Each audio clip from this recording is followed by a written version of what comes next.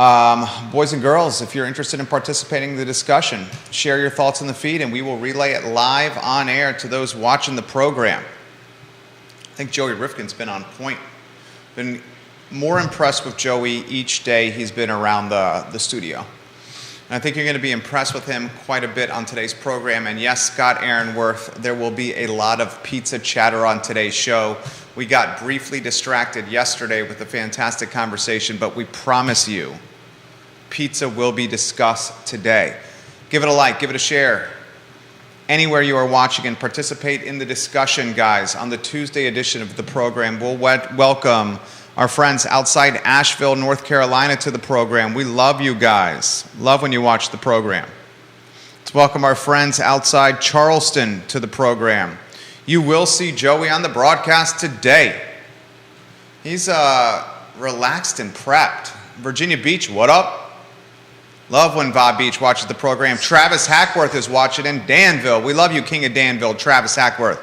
Love when you watch the program. Love your participation and your intellect and your common sense approach to life. Travis, I sincerely mean that. Topics we'll cover today that we did not get to yesterday. We will talk, for you, Scotty, pizza, and Joey said he's got a take so good that you're going to want to hear on pizza. We'll talk what's happening with the old guard changing.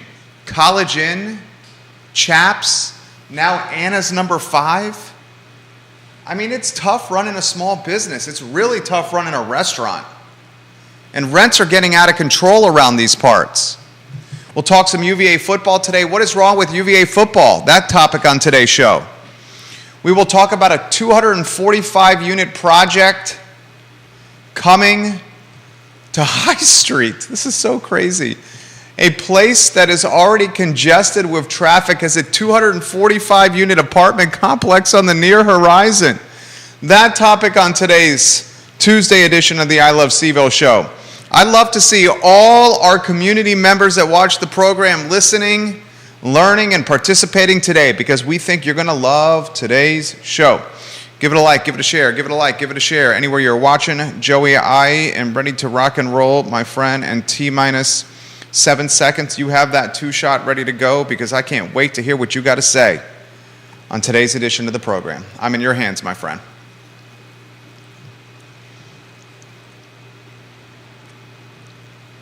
Guys, welcome to the program. My name is Jerry Miller. Thank you kindly for joining us. It's a pleasure to connect with you guys through this platform.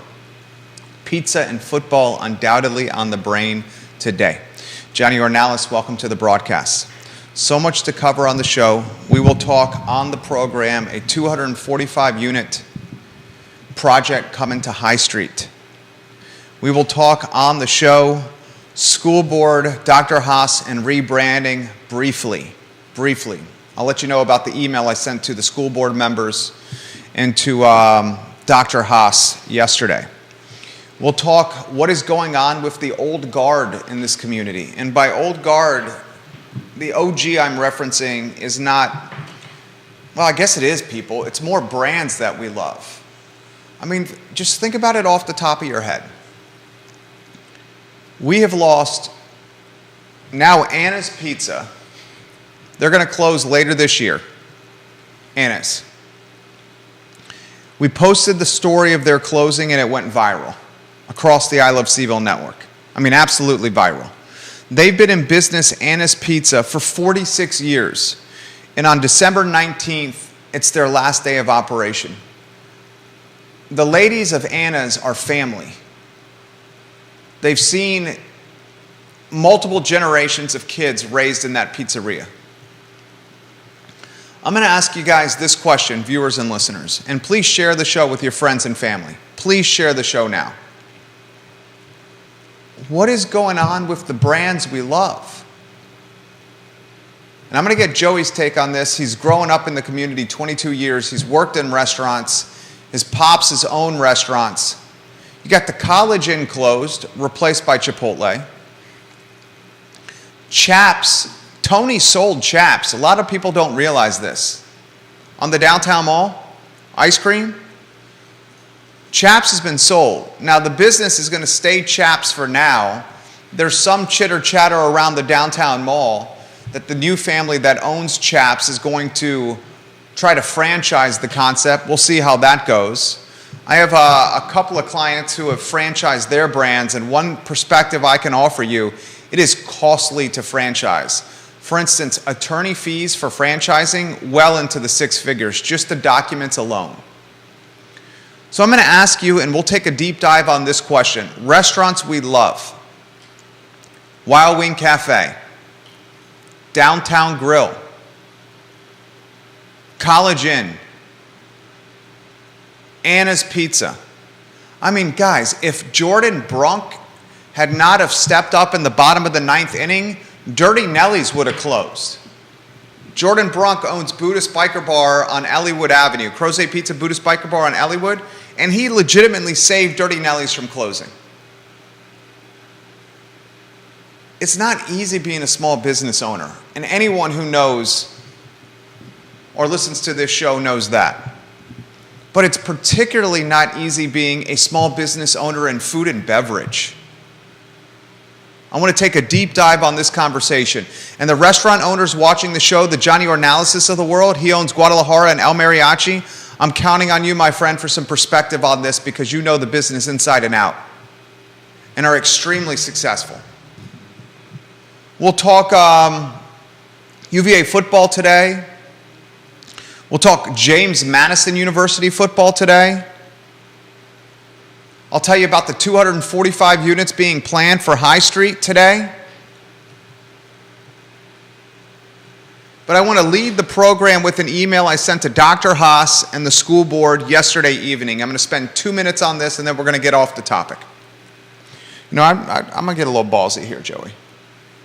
I'm going to get a little ballsy. Go for it. Joey's a good sounding board over here for me. We talked about this before the show. I emailed Dr. Matthew Haas and every Albemarle County School Board member last night at 6:25 p.m. Monday, and I'll read the email to you. I said, hello, school board members and Dr. Haas. Hope you are doing well. At your convenience, please provide the total costs for rebranding efforts for Mountain View, Jack Jewett, Sutherland, and Murray.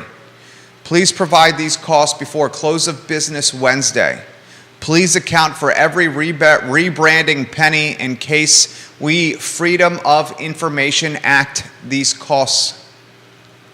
Our team will let the community know through the I Love Seaville network if these total costs are not provided by 5 p.m. Wednesday.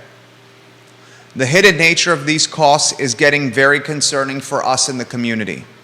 Thank you in advance. All the best, Jerry Miller. That's verbatim what my email read, what I sent to Haas and the school board. I don't think it's asking too much for us to know down to the penny what the public school system in Albemarle County has spent in totality on rebranding Mountain View, Jack Jewett, Sutherland, and Murray. 4 schools. The clandestine nature of this rebranding, I encourage anyone to search for these numbers online. You cannot find it. I've searched for them personally. Friend of the program, I don't know if she's watching right now. Are you watching right now, Brittany? Very talented attorney-to-be. I mean, she's going to be a judge. She's a realtor now. She's a mom. She's a badass. Her name is Brittany Gray. She spent ample time on Friday evening looking for these costs. Brittany, are you watching? I would love to know if you are. Moms and dads, taxpayers, teachers, students, all of us. We deserve to know how our tax dollars are being spent.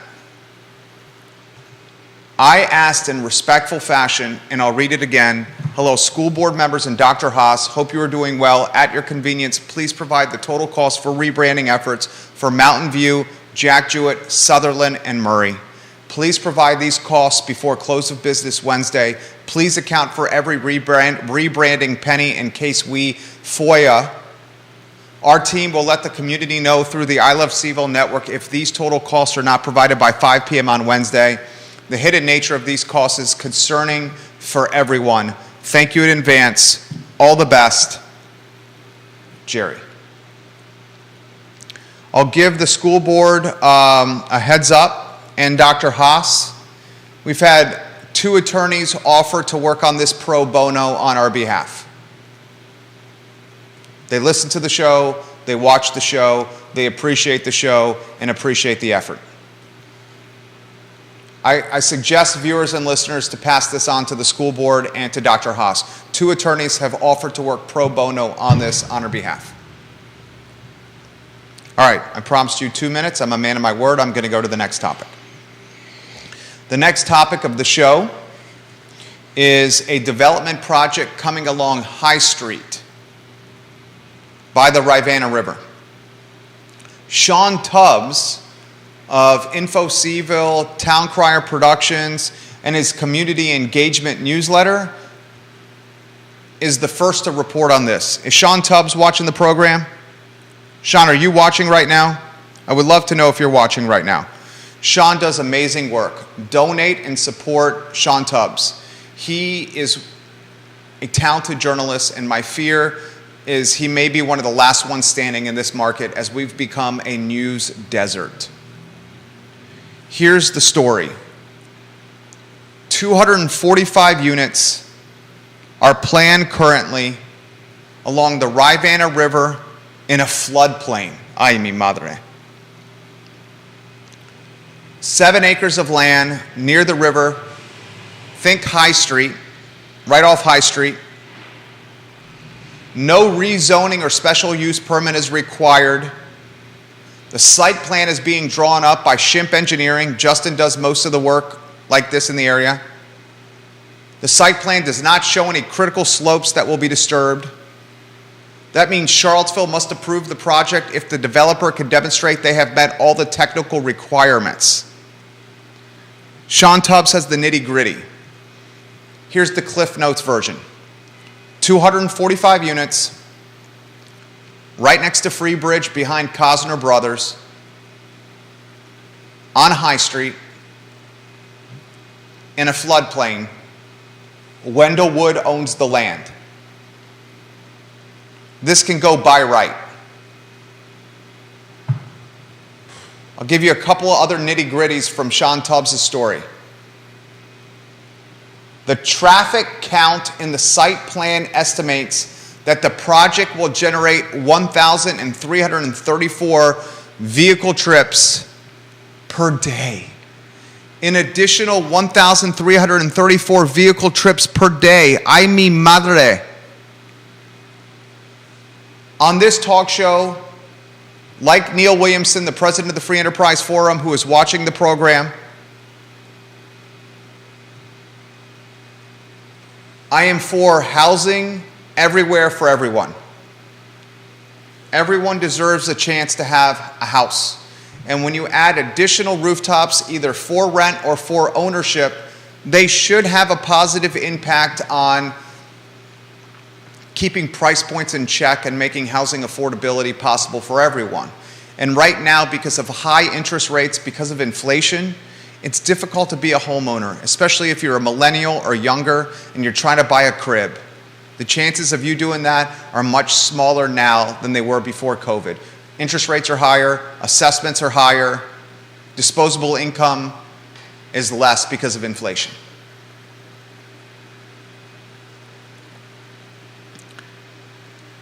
I'm trepid and concerned with the 245 unit project. And why I have concern of this project is because of the infrastructure that's in place around the corridor. High Street is a cluster duck. Quack, quack, quack, quack. I said duck, Joey. You heard it. You did. It's a cluster duck. Have you tried driving on High Street? It's a hot mess. People are cutting through the Jack and Jill's parking lot as a shortcut to avoid traffic. What's even worse than the cluster duck, quack, quack, quack on High Street is the families that live in this area that are having to walk their children to school because there are not enough school buses. They're walking along High Street that does not even have consistent sidewalks. So here the community is considering 245 additional apartments, which will cause roughly 1,400 additional vehicle trips per day.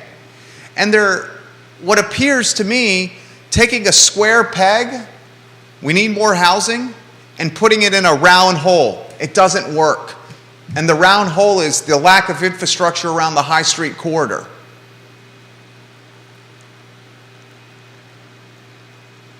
I worry the impact this will have on pedestrian safety. I worry the impact this will have on the neighborhoods along High Street. There is a fair amount of density there. And I worry the impact this will have on creating a beaver dam of traffic at the base of Pantops and Freebridge, which is a critically important corridor for eastern Albemarle County into Fluvanna and Louisa. If you've tried to drive on Pantops at rush hour, coming in or coming out, it's disastrous and a hot mess. Follow this storyline closely. I think you're probably hearing about this for the first time on this network, the I Love Seaville network. Today we're presented by the Clifton. I encourage everyone to mark their calendars for this Thursday evening, 6 p.m. Gallatin Canyon is going to be playing at the Clifton live music. Drink specials and food specials. We will be there 6 p.m. at the Clifton. Couple of other items of note before we get David C. No one knows that this is going on. David Butler said, wait, where is this going? My phone is blowing up right now on this project. No one knows this is happening. Dude, this is the problem with Charlottesville becoming a news desert.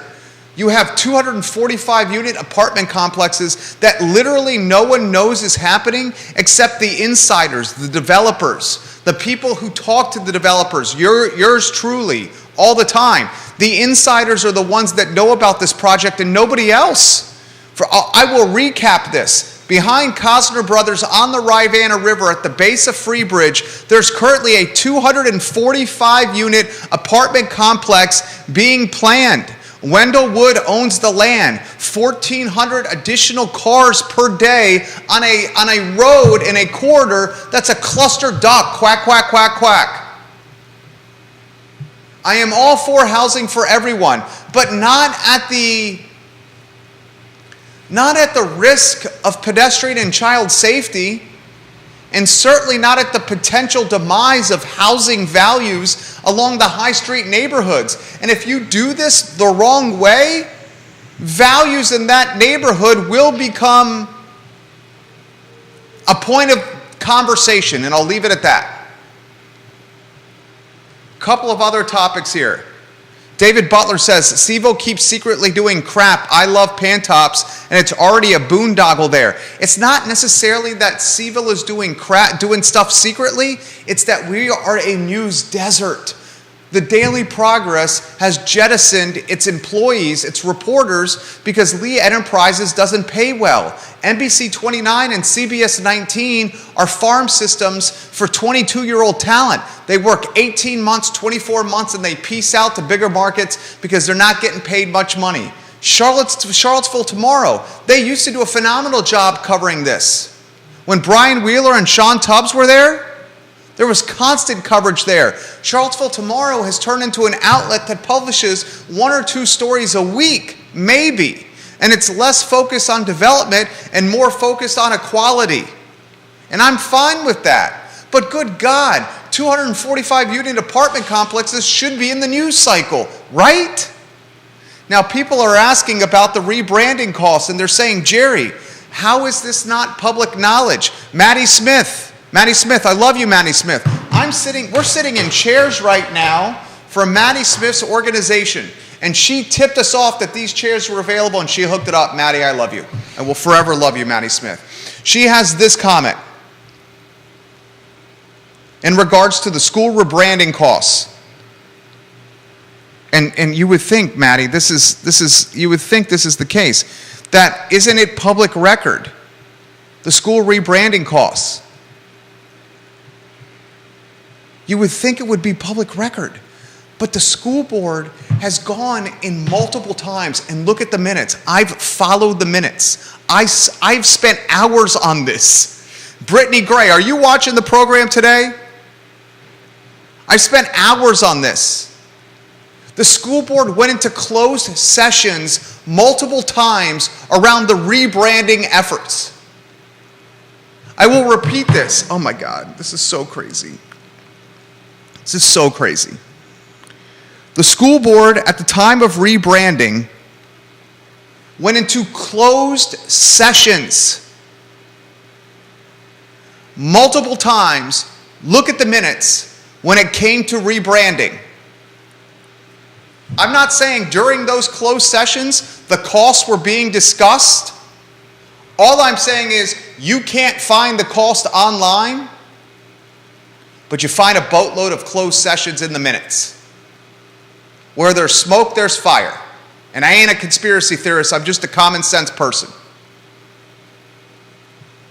Why the hell can't we find online how much it's cost to rebrand 4 schools? Why? These are our tax dollars.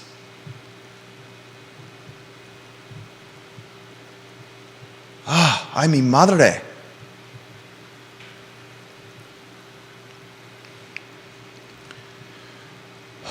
All right, let's get to some other topics. I'm going to get to the vast amount of comments that have come in on my personal Facebook page. It looks like there's 24 of them already, and we're 22 minutes into the show. Hammer the like button, share the show, like the show. Joey Rifkin, minutes away. Joey Rifkin. In fact, let's go to Joey Rifkin right now. 2-shot. You got it on 2-shot? Yeah. My friend, you've been doing really well. There you go. I'm working, I'm trying on you. You're getting it. All right, I want your take first. College Inn closed. You got direct ties to that. Yep. Anna's is closing after, was it 46 years? Let's look on their post here. It went viral on our page. 46 years on December 19th, JR. Tony sold Chaps to another family. They're trying to franchise. Wild Wing Cafe closed. Downtown Grill closed.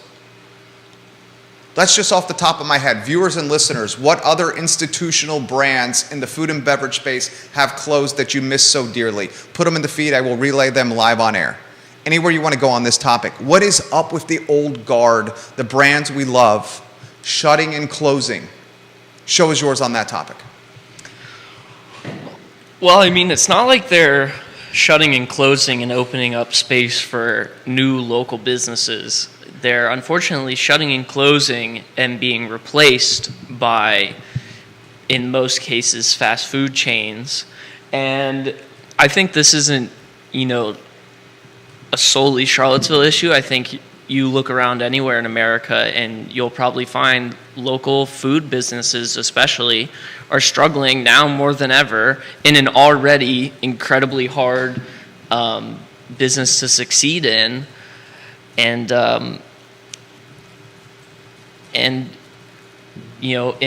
from what it seems like to me, you go to almost any little town off of the exit on a highway, you'll find the exact same restaurants, your Five Guys, your Popeyes, Burger King, like that kind of thing.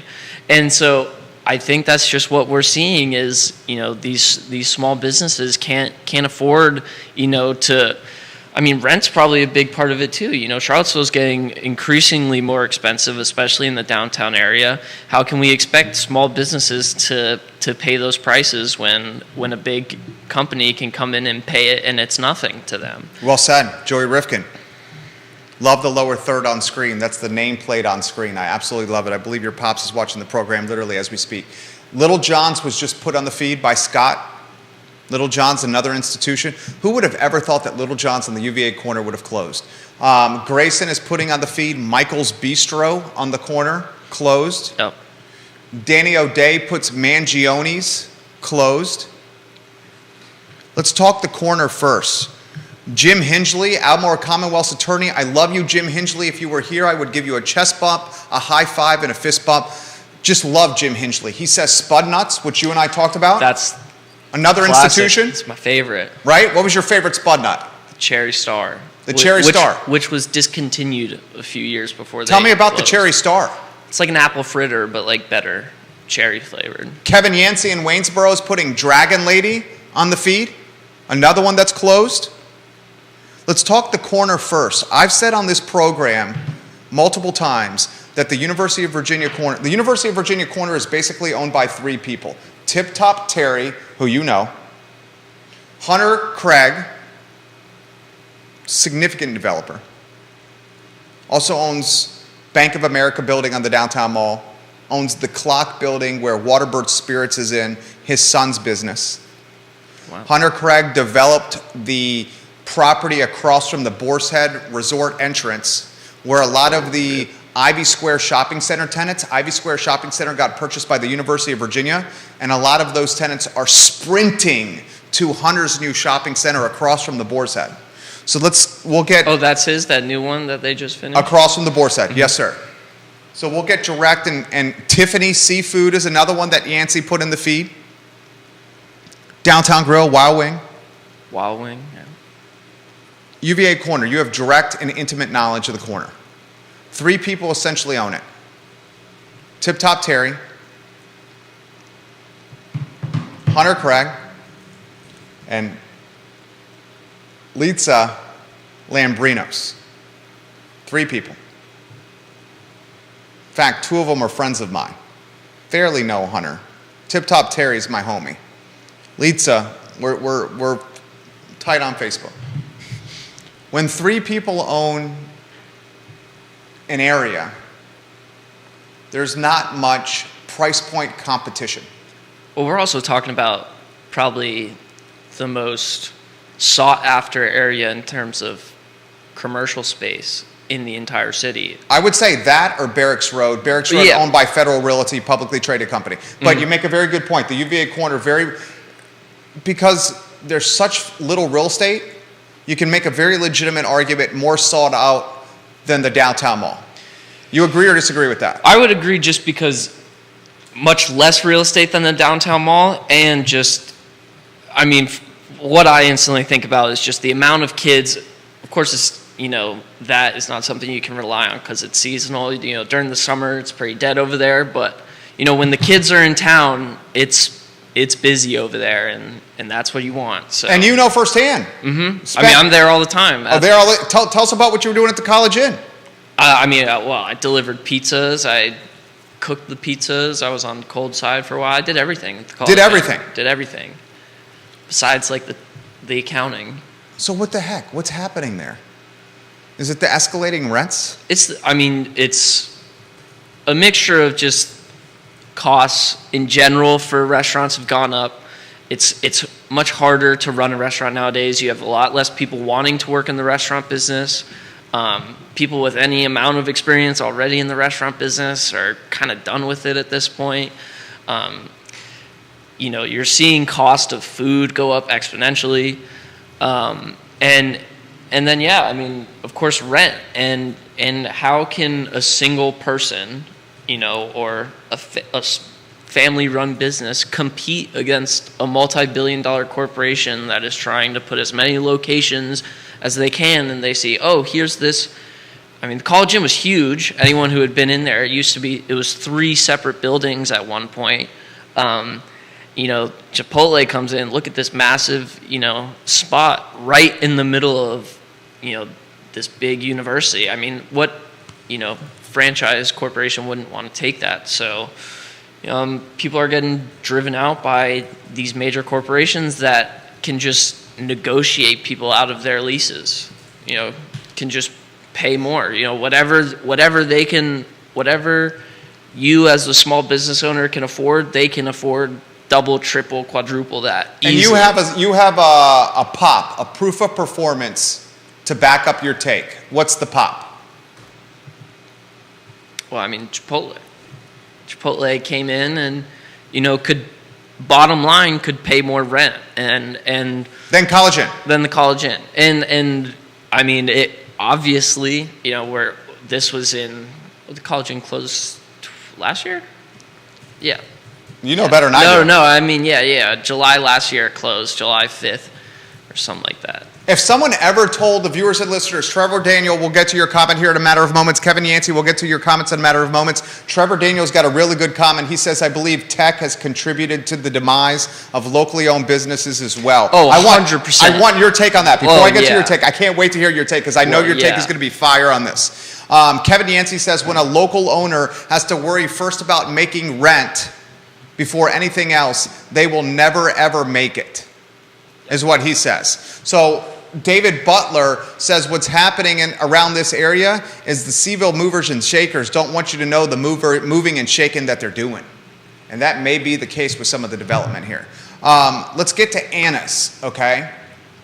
So the owner of the Anna's Shopping Center is a friend of mine. I see him once or twice a week. I won't utilize his name. He's a man that is of privacy. Friend of mine. The University of Virginia was going to buy the Anna's Pizza Shopping Center on Maury Avenue. But in the bottom of the ninth inning, the deal fell out of essentially contract in the bottom of the ninth inning.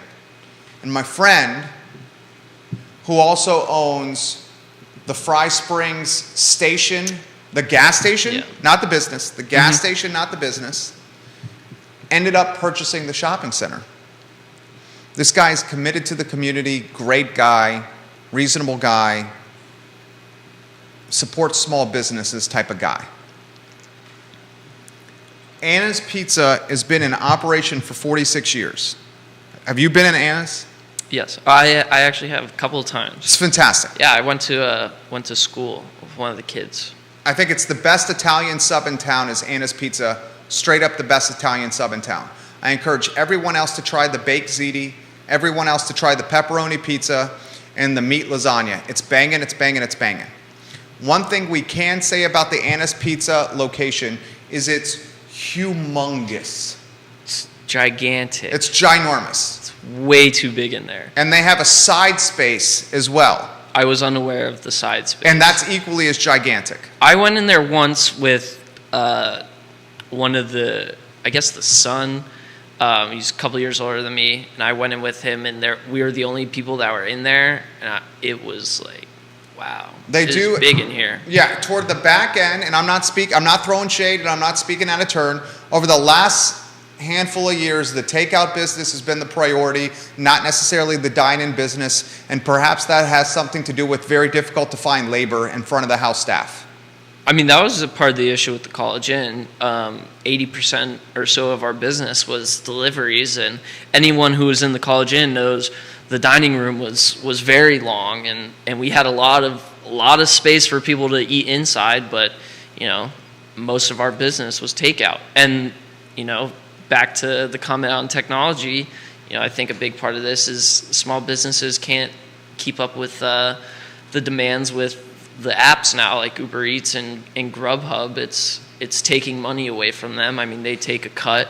Massive cut. A massive cut. I think it's around 30%. I don't know exactly, but... No, you're right. Yeah, 30%, right? I mean, that is...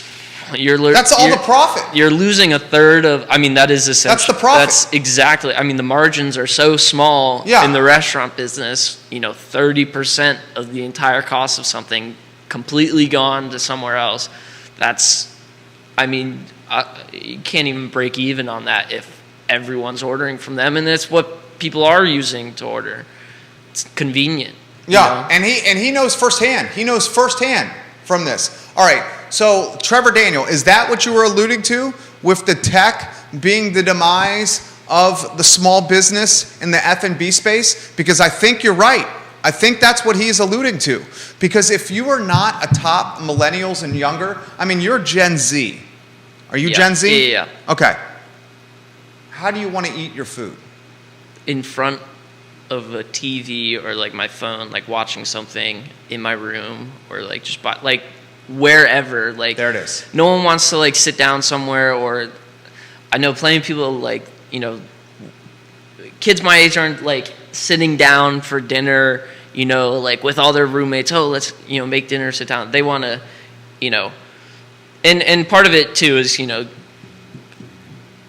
everyone not everyone. A lot of the kids my age are in college right now, so you have, it's easy. You're sitting down doing some homework, pick up your phone, touch your phone in a certain way. 20 minutes later, chicken tenders are at your door. You can't really, beat that. There it is. For someone like me who growing up had a lot of time struggling with customer service and that kind of social interaction, I would have much rather just type on a screen and input my order that way than have to tell someone my order. So I mean that's another part of it when we were talking about last Friday and that kind of social disconnect that kids might have with their phones. It might even now you can buy essentially anything off of your phone and get it shipped to your house, and that includes meals. There it is. It's just easy. He makes the program better. There it is. James Watson, watching the program, the king of orbit. He highlights St. Martin's, Little John's, Baja Bean, Arch's Frozen Yogurt, Bluegrass Grill, Lilo's Pizza, as institutions, JR, that have closed. Baja Bean, that's classic. Baja Bean, a classic. An absolute classic. Went to school with his kid too. The Morrises? Mm-hmm. Yeah. Heidi Morris was my third grade teacher. Really? No BS. My third grade teacher, Heidi Morris. Yeah, Owner of Baja Bean. I think their oldest son is a year below me. I'll throw this to you, and I'll throw this to the viewers and listeners. You just heard from a dynamic and brilliant Gen Zer and JR, Joey Rifkin, the young Jedi, how Gen Z and younger wants to purchase, it's all right, it's cool, wants to purchase and eat and enjoy their cuisine, their food, their comida. Yeah. They want it ordered on a phone, delivered to their house in 20 minutes, enjoying it on their couch or in their bed while streaming something in front of them. Maybe that streaming doesn't even happen on a television. It's probably happening on a phone. Yeah. I mean, every meal I eat at home, I'm watching something on my phone. On your phone? Yeah. Almost every time. So I would bet that this is going to become the social norm as human behavior is being trained in this way. So how does that impact, go down the rabbit hole and take a deep dive on this, the mom and pop food and beverage business that does not have either disposable income or the sophistication or perhaps the ability to pay firms like mine to get them tech savvy and ahead of the trend. Mm-hmm. Show is yours on that topic. Yeah, well, I mean, I think a big part of becoming successful with your business in this day and age is you're going to have to know how to market yourself on Instagram, on Facebook, on the internet. And if you don't know how to do that, you're at a severe disadvantage, because what other way are you going to get your name out there? Word of mouth, doesn't work anymore. You're not going to put something in the newspaper. That's not who reads the newspaper. No one. You can't. It's not like you take an ad out, just open my restaurant, you put a grand opening sign up, and people will show up on the grand opening. Now everything's on your phone. You got to put a Facebook post on. Hey, we're finally opening on this day or whatever. You got to constantly update your Facebook. You can't have a dead, social media. You have to be active on that. Multiple posts. Multiple. You have to, on many platforms. You have to keep people engaged. You have to keep, in some cases, the algorithm, presenting your content to other people.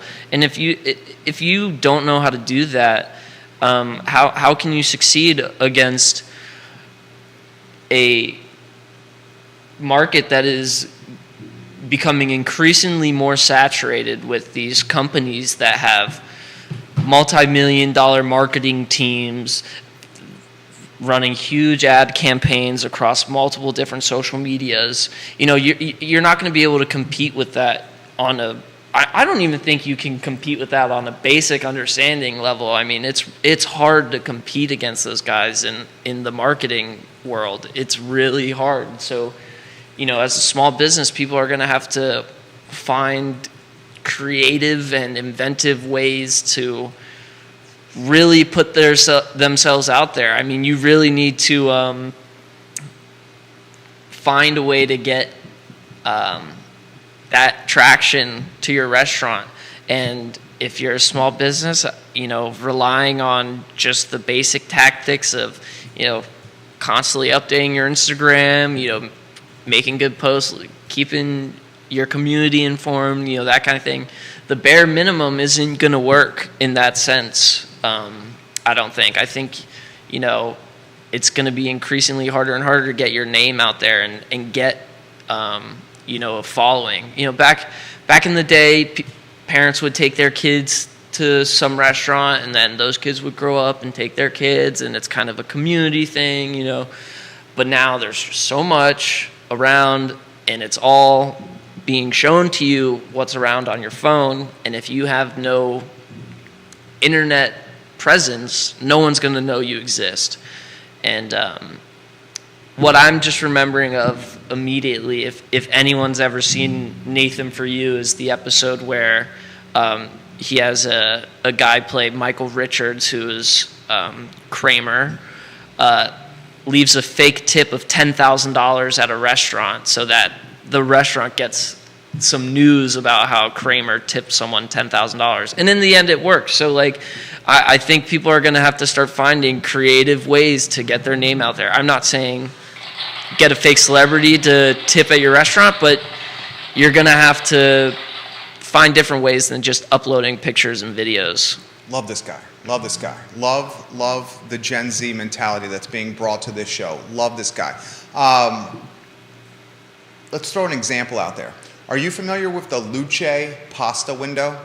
Yes. Right next to Hamilton's? Yes. It's right next to Hamilton's, it's right? It's on that side street. It's on that side street, right next to the back entrance of the Haven. Right. Is that across from Fellini's? Yes.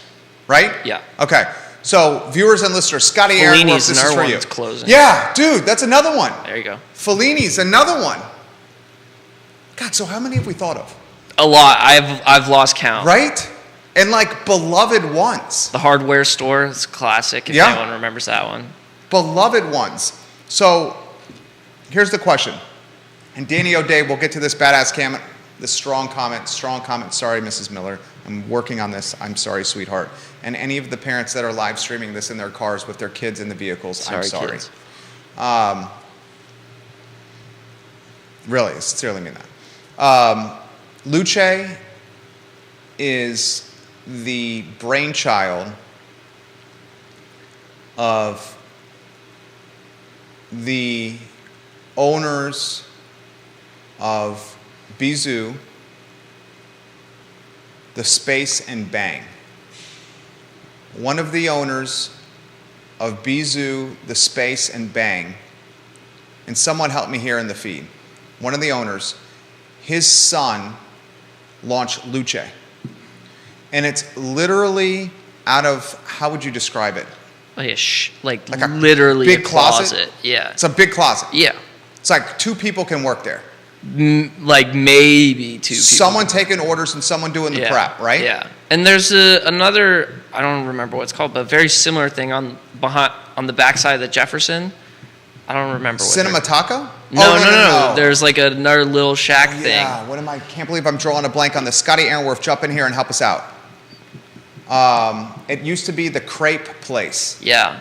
I can't remember. What is the Crepe Place called? I'll look it up. It's on the back of the Jefferson. It's on Water Street. I cannot believe I'm drawing a blank on this. The Faux Noodles. Julie Whitaker, I believe, is the owner of it. I can't believe I'm drawing a blank on this. I feel terrible about this. Scott Aaronworth says 3 people can work there. It used to be the Flat. That's right, Danny O'Day. Yes, thank you. But it's now, is it still the Flat? I have no idea what it is. What is it called now, Danny? It might not Danny? even be anything now. I don't know. Oh, yeah. Noodles. VU Noodles. Curtis Shaver co-owner, Peloton Station, executive chef of Peloton Station, fresh from a trip to Europe where he proposed to his beautiful girlfriend of many years, Julian, I love you. Curtis, I love you. Congratulations on your engagement. Curtis Shaver, off the market. Love you, Curtis Shaver. He says it's VU Noodles. Awesome. Thank you. Congratulations, by the way. Is the future of the locally owned restaurant the VU Noodles footprint or the Luche footprint? Because they have 200, 300 square feet at tops, 3 employees on the clock, so payroll is in check. Rent is in check because rent is tied to price per square foot, how big your spot is. Yep. And you could save the money on a massive dining room, Downtown Grill, Wild Wing Cafe, Anna's. Mm-hmm. And instead of spending, geez Louise, Wild Wing Cafe and Downtown Grill must have been 20 G's a month. I love Ralph Sampson's Tap Room in Barracks Road, but Ralph Sampson's Tap Room in Barracks Road has the highest rent in the city of Charlottesville. Does anyone think that Ralph Sampson's Tap Room in Barracks Road is going to make it long term? I do not. I've heard their rent is sniffing 40 G's a month. That's insane. Yikes. That's insane. And as a result, they have to price menu items expensively to cover that. And when we go there and we see a steak and cheese is $19 or $18, we're like, what the hell is going on here? Eventually, it's just going to cause people to price out most of the community. Right, price the community out. So that's the topic, the point of the question. Is Luche the 300 square foot window that's to go only? You don't need front of the house staff. To go only. VU Noodles, to go only. Take your food, leave our place, go sit on a bench, go sit on the curb, go sit in front of on your couch, leave. Is that the future of the locally owned business and the F&B? Well, I love that business model, and it's very similar to how McDonald's started. The original McDonald's was just a big circle building. You walked up to the front, and the guy was like, what do you want? You get a burger, 15 cents, 30 seconds later, it's in your hand, you go and you sit down somewhere and eat your food. Did you watch The Founder with Michael Keaton? I did, yeah. Love that movie. Great movie. Right, even though he's kind really of a scumbag. Awful guy He's in the movie. Scumbag. Terrible guy. Yeah. What's Ray Kroc? Ray Kroc, really bad person. Pretty much stole the concept. Bamboozled the guys out of just a ridiculous amount of money, and completely stole their everything. We digress. That was over 70 years ago now, and McDonald's is worse than ever. So we don't need to blame Ray Kroc for that. But so back to your question. I actually really like that. The only problem I have with it is I don't think you're going to be able to. There's just not much, I guess, space. You have to create. These are going to have to be custom built, custom spec spaces. You aren't going to find. The thing about opening a restaurant is there are plenty of empty kitchens for sale. That you can find. There are plenty of kitchens that are already stocked with equipment and everything's ready to go. Granted, it's small and cost effective in that sense, but where there's just not enough, I don't think, of those. It's a very isolated thing. A tiny little shack. You're better off just running a food truck, but how about this from the King of Redfields, Bobby Yarborough? King of Redfields, fantastic house next to him for sale right now. Redfield's a phenomenal community. That's where I previously lived.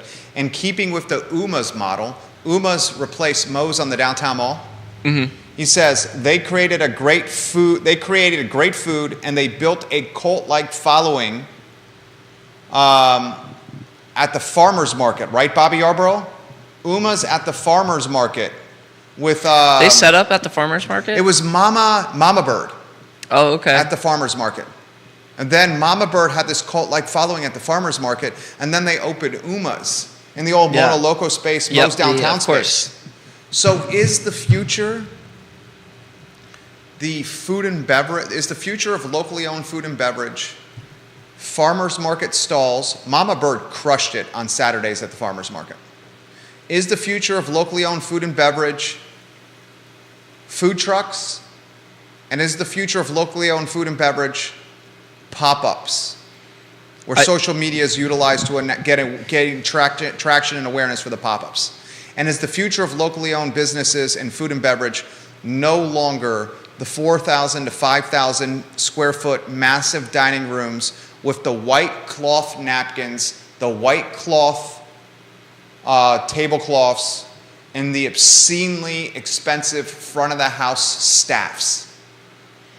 That's a hell of a topic. Yeah, I mean, I think, at least in this day and age and going forth, the only business that you're going to see open up like that with the big dining room, nice dining room, and doing something like that, any that's going to be successful is going to be opened by someone that is going to already have fairly deep pockets. That maybe it's a vanity play? Yeah, less of a, I'm trying to open this restaurant for myself because I want to be a restaurateur and let's do something for the community, and more as a business decision. Hey, here's this commercial space that's empty. Let's open a restaurant. Here's a restaurant space that's empty. Let's open a restaurant here because we can. That I think in terms of independent people who have work their way to have some money saved up and they're finally ready to open their own business and they want to open in the food and beverage space, I think it's very smart to start small instead of starting big. A lot of people in the restaurant industry make the mistake of jumping straight in and very quickly start to accrue a lot of debt, and that can just put you in a really bad spot, obviously. But perfect example of this, of what he's talking about. And we helped launch the business. Commonwealth Sky Bar. Commonwealth Sky Bar in the downtown mall. Commonwealth Sky Bar in the downtown mall was general managed by Justin Butler. Someone tagged Justin Butler on the feed. He's now the general manager of Three Notch. In fact, I'm going to tag Justin Butler right now. Justin Butler and Aaron King, I'm tagging you right now. I love you guys. Enter publish. Aaron King, are you watching the program right now? Freaking love Aaron King. She's one of the head honchos at Feast in the Purple Building.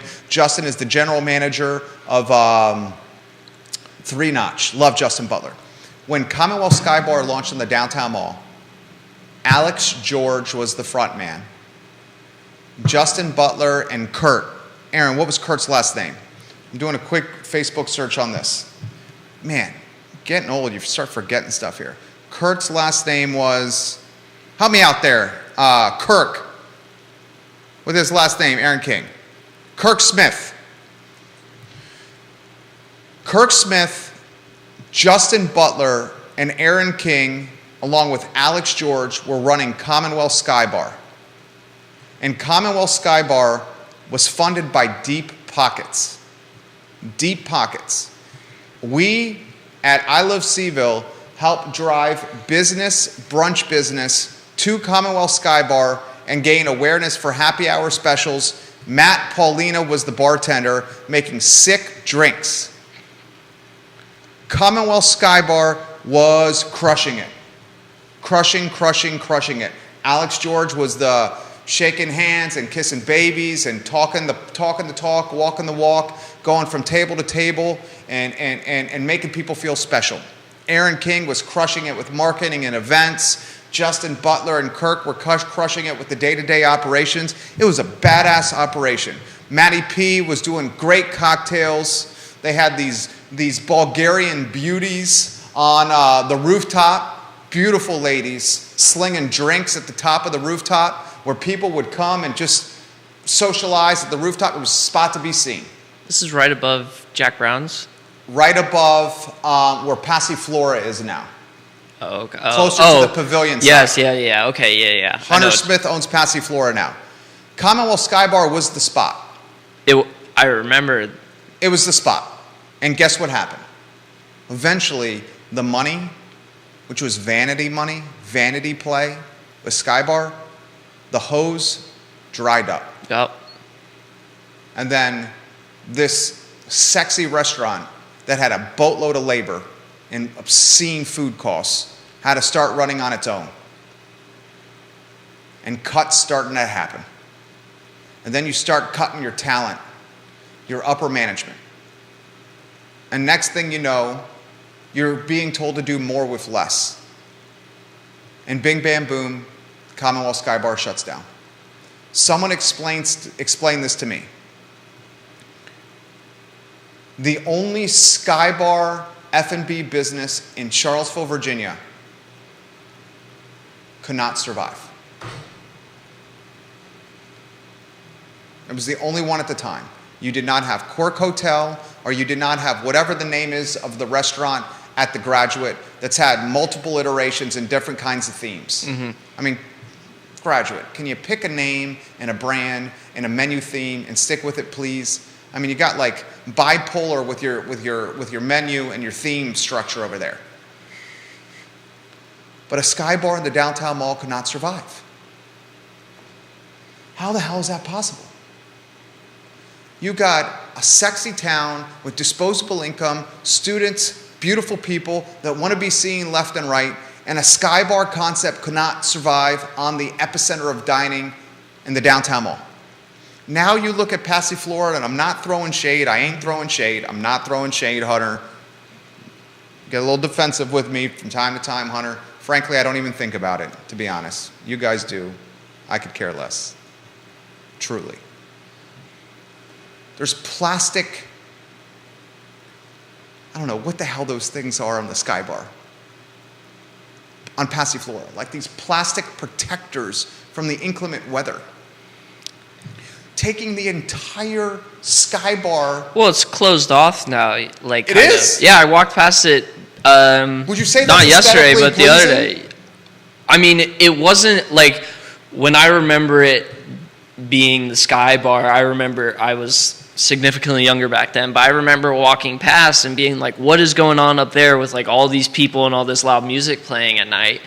And I walked past it the other day, and you can't even see what's going on. So it's just kind of a stark contrast to what it used to be. It looks like well, I don't want to say anything, but well, I mean, it's like a.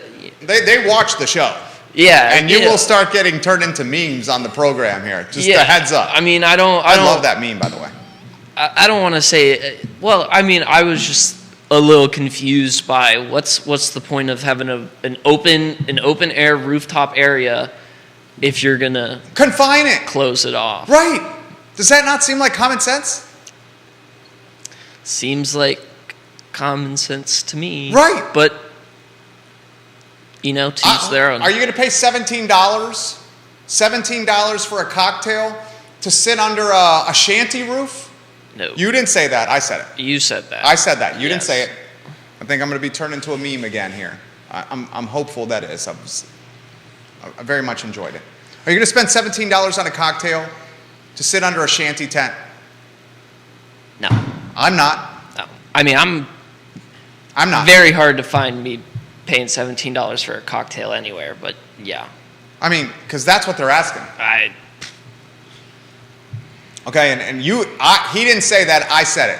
He didn't say it, I said it. The shade and the heat directed at me, not at the young Jedi. Okay, he didn't say it. I said it. Is the future the 300 to 400 square foot takeout window where Scott Airworth says 3 team members work at Luche that do very nice stuff and tell you to leave to enjoy your food? That might be the only way in today's inflationary time. I don't want to say only, but one of the strategic ways in today's inflationary time where disposable income is few and far between, that a local food and beverage business can survive. Danny O'Day says this, and there's so many comments coming in on my Facebook page. Currently, there's 83. I'm trying to get to as many of these as possible. Danny O'Day says this: I will say, as a zillennial, so he's between millennial and Gen Z. I love that word, zillennial. Interesting. Very Zillennial. interesting. How old he is says, he? as a zillennial, I think he's like 28, 29. Okay. just trying very hard to keep that Z in there, but we'll accept it. How old are you, Danny O'Day? He says, as a zillennial, the model that a lot of people I know my age really appreciate is kind of an ill-defined space. Not a restaurant, not a bar, not a coffee shop. In short, not specifically easily defined kind of model. Think about it this way. Our homes are now often our restaurants and our workspaces. A separate location to have social interaction and spend some money to share a drink or a coffee is what people are looking for, the zillennials. Think of how well the industrial brewery with a rotation of food trucks model is doing these days. No fixed menu, no frills, but an open concept for people to come and make their own food. You want to hit that? That's pretty damn good. Yeah. Pretty darn good. He's 26. He wants me to correct. He's 26 with an exclamation point. So sorry, DOD. Zillennial works for 26. Yeah. What's your take on that? I think it's pretty darn good. I mean, as someone who has grown up eating at restaurants. You grew up in restaurants. Yeah. The Nook, right? Well, yeah, I grew up in the Nook, His dad owned the Nook. He grew up at the Nook. And I love, sitting down and eating dinner at a restaurant as a social event. Even just, I'll go eat at a good restaurant by myself. I don't care. I like good food. But I just see it increasingly harder to run a business like that as a singular person. But I totally see where you're coming from with the brewery with a rotation of food trucks. Pro Renata does that. Yeah, they do. Food trucks are a big thing. They're fairly cost effective. They are expensive, and in most cases, you might want to have a commissary kitchen. But there are people who if you can do it, your commissary kitchen for your food truck can just be your kitchen at home. I don't know if that's legal. But I guess hypothetically it could be. And on Pantops, there's that corner where Tacos Gomez is. Yeah. There's a new Costner's own that. The rent for that corner. The Costner brothers, Mr. Costner owns that lot across the body shop. Yeah. He charges like $25 a day for those trucks to park there. So generous. Yeah. I don't want to interrupt you. I apologize. No, but that's great. That was exactly where I'm talking about, though. There's a new truck there. Some guy selling custom hot dogs there now. Yeah. The gourmet dogs. Build-A-Dog. Yeah. Yep. Which is the play on Build-A-Bear. Oh, yeah. And he does Build-A-Dog and build loaded fries. And they have Dippin' Dots. Yeah, that's right. He does. Dude, you are smart. Love this dude. He's smart. And where do you get a good hot dog these days? Not in where can you find a good hot dog? Not here. You got Sam's and Crozet. That's sure. far. Okay, yeah, but I'm not driving to Crozet for a dog. Yeah. Where can you get a good gourmet hot dog in Charlottesville, Virginia? Nowhere. Well, I haven't had Build-A-Dog, so I won't rule them out. I haven't had Build-A-Dog either, so we're not throwing shade. We're not ruling them out. We just haven't had it. Exactly. Same with me. I have not had it. I completely say that as well. I have not had it. Do you have any beef with encased meat? I have no beef with encased meat. No. I like encased meat. One of my favorite hot dogs is a Maine red snapper. They're like bright red, but they snap when you bite into them. Like they have a really strong casing. The snap of the encased meat is crucial. The Maine red snappers, best hot dogs. They snap. It's got to be a loud snap. Oh, they're good. You got to look them up. You're a Seinfeld fan? As a member of the Jewish community, I am an honorary Seinfeld fan. What is it, too before your time? Yeah, I think it's a little bit too before my time. Oh, I'm a diehard Seinfeld fan. Freaking love Seinfeld. Multiple people are saying Jerry and Joey, Jack and Jill's has a killer foot long. Oh, Jack and Jill's on High Street. I can't rule out Jack and Jill's. I totally forgot about them. Zanice owns Jack and Jill's. I know Zanice. Lives in my hood. Do you know Zanice? I know the kid Zanice. There's a son Zanice. Okay, I know Zanice. See, there's a little generational gap. Zanice a little generational gap. Zanice was in my math class. Shout out to Zanice Bonos. Okay, Zanice, I know the dad. Yeah. I have a great story about negotiating a real estate transaction with Dr. Charles Hurt and Zanice at Jack and Jill's after hours while Zanice was chain smoking cigarettes and drinking the Greek. What is the Greek liquor?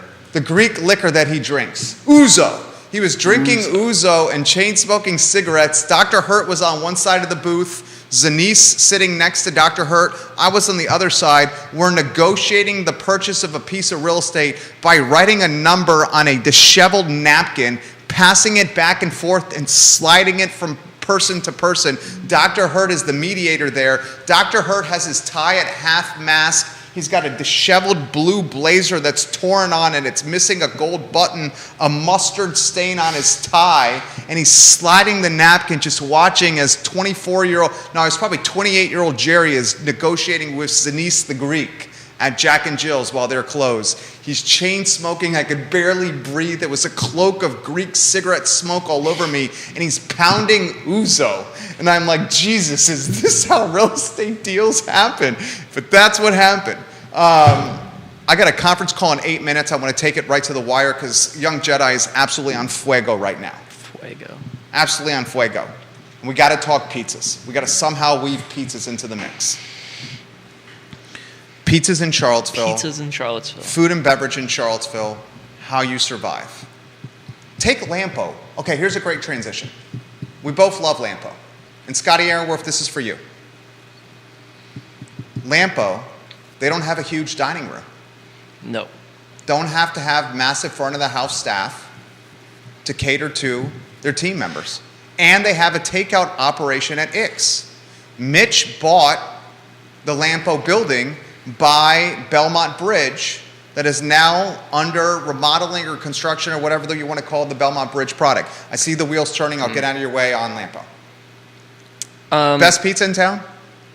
I mean... So you got to tread carefully here because you better throw some props over to you-know-who. No, I mean... Obviously, historically, the best pizza in Charlottesville has always been the College Inn. I wasn't even alluding to that. I was alluding to an active business. Uh-oh. Now I feel like I'm going to remember it and be really embarrassed that I'm... On the downtown mall? Like Christians. Oh, no. Jen's going to kill me. I don't... She's watching right now, too. I'm pretty sure she is. Yeah, of course, Sal's an institution. They own their building. Side note, a long time ago, if anyone is a fan of Spike Lee, they showed Do the Right Thing at the Paramount, and Spike Lee came for the showing. I don't know if you've ever seen Do the Right Thing. No, I will watch it. But I trust your judgment. A main location in that movie is Sal's Pizza, and so I thought that was really funny. Sal's Cafe Italia. Well, yeah, exactly. Fantastic logo, Jen. You have a fantastic logo. They own their building. They pivoted and innovated during COVID with that fantastic alfresco bar setup. I need to sit there because I want to, I walk past there all the time and I want to sit down and get some because it looks so nice. You better be Papa Joe to it. Oh, yeah. Okay, you better be Papa Joe because that's his spot. I know, yeah. They have a tiny banging. kitchen in there, too. I mean, the kitchen is tremendously small. It's impressive how they can serve a menu that large from a kitchen that small. So delicious. And very good. Very good. Okay. So I think you dotted the I's and crossed the T's. So yeah, all right. Got that out of the way. Jen's not coming for me. Sal's has been mentioned. I think Lampa probably, in my opinion, it's fair to say it's the best pizza in Charlottesville just because I'm a sucker for Neapolitan-style wood-fired pizza like that. There was a place in Stonefield for a little bit called Medici that did pizza like that. Oh, yeah. They're kind of like a chain, but their pizzas were really good. Is Medici closed? Oh, yeah. They've been closed for a while now. Okay. I'm pretty sure. I know exactly what you're talking about. Yeah. I went there a lot. But it was like $30 for pizza there. Oof. And it's it's good, and they were decently sized pizzas, but it was expensive. $30? Some like that. I remember it being a little bit outrageous. I'm sure my dad remembers because I would get like a pepperoni and bacon pizza, and he would just freak out because it's like $3 for bacon. And you would eat it by yourself? Yeah, I could kill one by myself, no problem. And it's a $25 pie, But at least. you see what Lampo owns the building by the Belmont Bridge. Mitch bought it. They have a very small dining room, so they don't need a ton of front of the house staff. Well, and they have a bar. That's the big thing for me too, is like they move out. The one time I went there, I sat at the bar and got a pizza, and there was people drinking, and they were moving liquor, and anyone in the business knows, that's where you're making the money. So, I mean, fantastic margins on liquor. So, that's a big part of it. They have a small space. I imagine it's fairly affordable over there, in a nice location that's easily accessible, and they're not hidden. It's not like, oh, where is Lampo? So yeah, I mean, they have a good setup there. Really good product, small business in terms of the size, and they can still cater to the amount of customers that they need to stay afloat. And I think, the bar is doing great in there, and that's a big part of it. If you can sell alcohol in your food business, get that license and start selling it. It's gravy train. Gravy train. And you guys try to do that at College Inn with the to-go booze. We did to-go booze. I delivered, Sixers, right? Yeah, we delivered 6-packs. There was a guy who once a week would get 2 bottles of champagne. We had champagne. No one ever bought champagne. We always had like a bunch of bottles in the office, but there was this guy who would come. Why would he order it from the College Inn? I don't know. I mean, and it was great for you. Great for us, but like, man, dude, like you can go to like a liquor store, or like the grocery store even, like he would only get the champagne too. It's not like you get a cheesy bread and a bottle. It's like, I was like, whatever. There was a guy who was a regular. He would order at least 6 beers every time he ordered. And he was doing it at a high clip.